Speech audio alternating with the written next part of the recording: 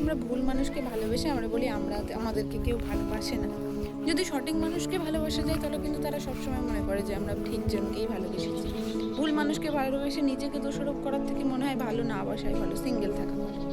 আর ঠিক একটা সময় আসার পরে যখন তোমার মধ্যে ম্যাচুরিটি কাজ করবে তখন তোমার মনে হবে এইসব ভালোবাসা টালোবাসা কোনো কিছুই হয় না, এইসব থেকে সব থেকে দূরে থাকা ভালো, নিজেকে সবার থেকে, বন্ধু বান্ধব সব কিছু থেকে একা রাখাটাই ভালো। আর এই ভালোবাসা নামক জিনিসটা দেখবে ঠিক ক্লাস 9 থেকেই আসে, এসে আমাদের জীবনের এই প্রথম ভালোবাসাটা চুরমার করে দেয়।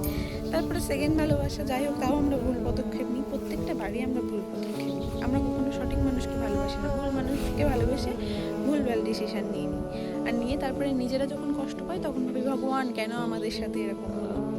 ভগবানও যে উপর থেকে আমাদের লাথি মারে না, এটাই অনেক ভালো যে এত ভুলভাল মানুষকে ভালোবাসার পর আমাকে এসে কেন বারবার শুরু করে। আমি তো তোকে বলিনি যে এই মানুষটাকে ভালোবাস, তাই না?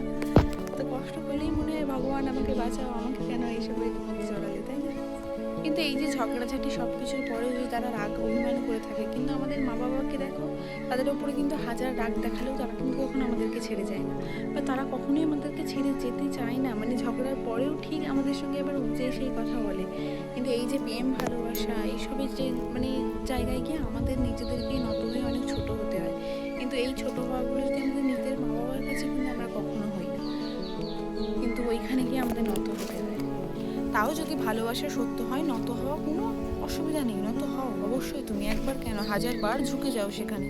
যদি তোমাকে অপরজনও সেমভাবে ট্রিট করে, মানে তুমি সেখানে ঝুঁকছো মানে সে যেন সেটাকে মানে করে নেয় না, সেও যেন তার ভুলের সময় ঠিক ঝুঁকে যায়, ঝুঁকে গিয়ে বোঝায় যে না, সম্পর্কটা দুজনের কাছেই ম্যাটার করে, কোনো একজনের কাছে ম্যাটার করে না।